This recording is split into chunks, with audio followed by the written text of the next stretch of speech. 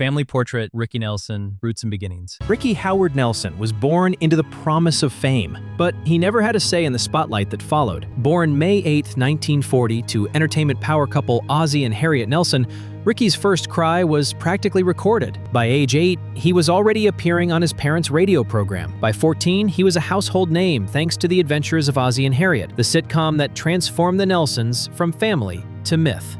But Ricky wasn't just a supporting character in a scripted home. By the late 50s, he broke out as a teen idol with a string of hit songs like Hello Mary Lou and Travelin' Man. Unlike other actors turned singers, Ricky had genuine talent. He charted dozens of top 40 hits and became a defining voice of early rock and roll. But success came with a catch. He could never escape being a Nelson. Not just Ricky, but Ozzie's son, Harriet's boy, the character America projected onto him. In 1963, he married Kristen Harmon, the daughter of football star Tom Harmon and actress Elise Knox. They were golden, young, and photogenic, but beneath the surface, both brought baggage. Ricky, the perfectionism and emotional aloofness of a life constantly managed. Kristen, the pressures of being raised to perform. Together, they made a beautiful, combustible pair. Their family grew. Tracy, the poised eldest, Matthew and Gunnar, the inseparable musical twins, Sam, the sensitive youngest, and later Eric, born in secrecy. But Ricky's home life was rarely peaceful. Tensions with Kristen escalated over the years. There were allegations of infidelity, heavy drinking, and volatile fights. Ricky spent more and more time on tour trying to recapture past glory, while the music industry changed around him. In the early 80s, with his marriage dissolved, Ricky found new love with model Helen Blair. But even that peace was fleeting. On December 31st, 1985, Ricky boarded a plane to a New Year's Eve gig in Dallas. Somewhere over Texas, the plane caught fire and crashed. He was 45. His sudden death shocked a generation, but perhaps the cruelest irony was that the man who spent his life performing family unity on screen died just as he had begun repairing bonds with his children. The role he played so often was never the life he lived, and the ones left behind, his 5 children, would now have to write their own endings. Tracy Elizabeth Nelson, born October 25th, 1963. Tracy was the first child, the one born into the highest expectations and the fullest spotlight. With her birth came a third generation of Hollywood blood, a child of 2 dynasties. Ricky was America's heartthrob. Kristen was a stunning young actress and painter. Their daughter Tracy was, in the public's eyes, born to shine. She took to the camera early, appearing in Yours, Mine, and Ours by the age of 4. Her childhood was split between scripts and school books, photo shoots and playdates. She matured faster than most, watching her parents' marriage deteriorate while still learning her multiplication tables. As a teen, she snagged the role of Jennifer DiNuccio on Square Pegs, opposite Sarah Jessica Parker. It was a breakout part, and Tracy infused it with her sharp instincts and charm. But as the show's ratings climbed, her home life collapsed. Her parents' arguments turned into screaming matches. Tracy learned to retreat into silence, to focus on work, to avoid the fallout. When Ricky and Kristen's divorce became public in 1982, it was less a shock than a confirmation. For Tracy, the separation was long overdue, but the absence of a stable home carved into her psyche. Then came the plane crash. Ricky died when Tracy was just 22. She never got to say goodbye. Grief became a companion, and then came cancer. At 23, she was diagnosed with Hodgkin's lymphoma, a massive tumor in her chest, forced emergency surgery, and months of chemotherapy. She credits a dream of her father, his voice urging her to seek medical help, as the moment that saved her life. Despite the pain, Tracy kept working. She starred in Father Dowling mysteries, often filming during her treatment. Over the next 2 decades, she would face and beat cancer twice more. Thyroid in 2005, breast cancer in 2010. Each time she fought, each time she survived. She married actor William R. Moses, and together they had a daughter, Remington, born in 1992. Though the marriage ended in divorce, Tracy embraced motherhood. She later had a son, Elijah, with director Chris Clark. Her work never stopped. She appeared in Seinfeld, Melrose Place, and even on stage as Rizzo in Grease. She lent her voice to cancer advocacy and family legacy preservation. More than anyone, Tracy became the glue that held fragments together, the steady hand, the emotional historian, the survivor. Matthew Gray Nelson and Gunnar Eric Nelson, born September 20th, 1967. Identical twins, identical burdens. Born into a family on the verge of unraveling, Matthew and Gunnar Nelson were too young to remember the earliest cracks, but they felt the tremors. Their childhood was filled with music, yes, but also conflict, drunken arguments, whispered threats, the kind of trauma that molds you before you understand what pain is. Their escape was song.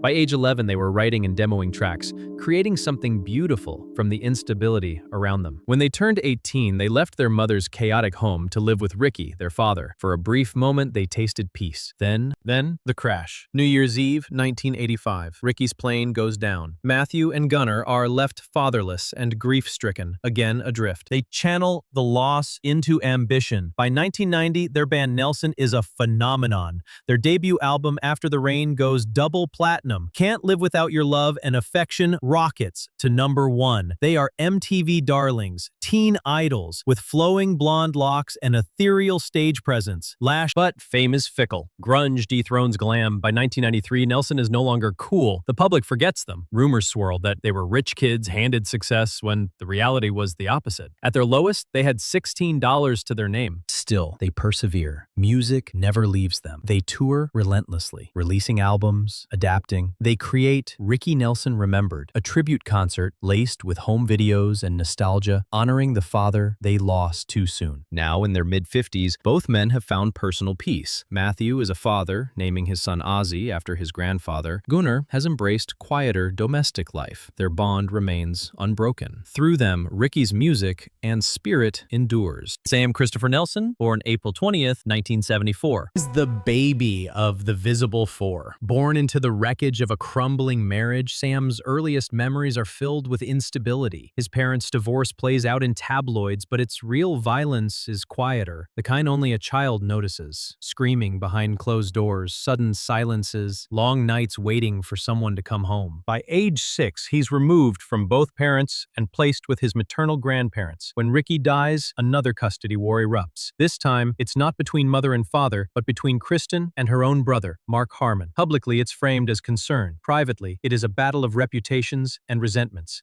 Sam survives it all. The lawsuits, the therapy, the media circus. But his adult life is marked by quiet defiance. He becomes a musician, fronting a band called H is Orange, named after his synesthesia, a neurological condition where letters appear as colors. For Sam, H is orange, and orange is the color of healing. The band finds modest success in the 2000s, releasing 2 well-received albums and even appearing in video game soundtracks. But as the music shifted, so did Sam. He found purpose behind the scenes, working in music management, helping other artists navigate a world he knew too well.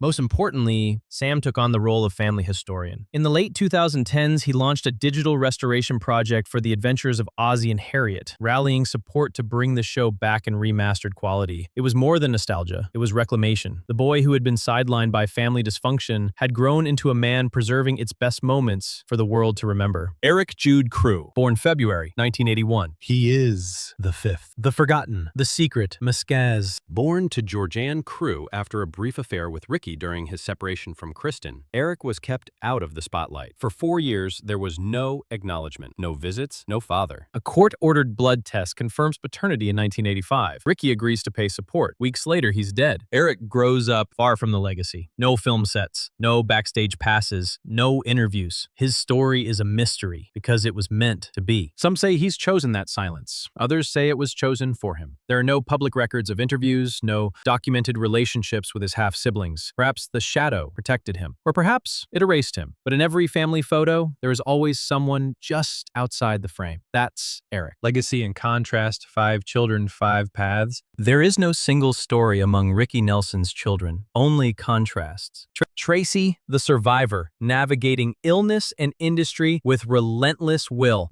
Matthew and Gunnar, the revivalists. Twins who channeled grief into harmony. Chapter. Sam, the quiet preservationist, rebuilding memory in his own way. Topmut, the unknown variable, living proof that legacy isn't always public. They shared blood, but little else. Each life marked by different mothers, different choices, different inheritances of fame, grief, and silence. What connects them is not just Ricky's music or their family name. It's the way they each wrestled with the ghost of a man the world adored, but few truly knew. Final crescendo and reflection. From Ozzy's living room hearth to New York courtroom stoops, from MTV stages to cancer wards, from intimate recording studios to courtroom benches, they have lived a lineage most cannot imagine. They are the living legacies of a father who lit up screens and stages and whose death still echoes. In surviving, they carry more than a surname. Each bears a story of pain, love, art, survival. Each asked, what does it mean to be a Nelson child when the world world expects you to be sunshine. They waited in the wings of a legacy not fully theirs, then stepped, for better or worse, into the lights. And in doing so, they expanded the narrative of celebrity family, into strength, into fragility, into the silent spaces. The camera fades on a worn guitar, etched with Ricky, leaning by a quiet window. Empty now, but never silent. If you felt the burden and beauty of legacy in this story, subscribe and join us for our next episode. Because every fame-filled life has a deeper current, and every surname carries hidden stories.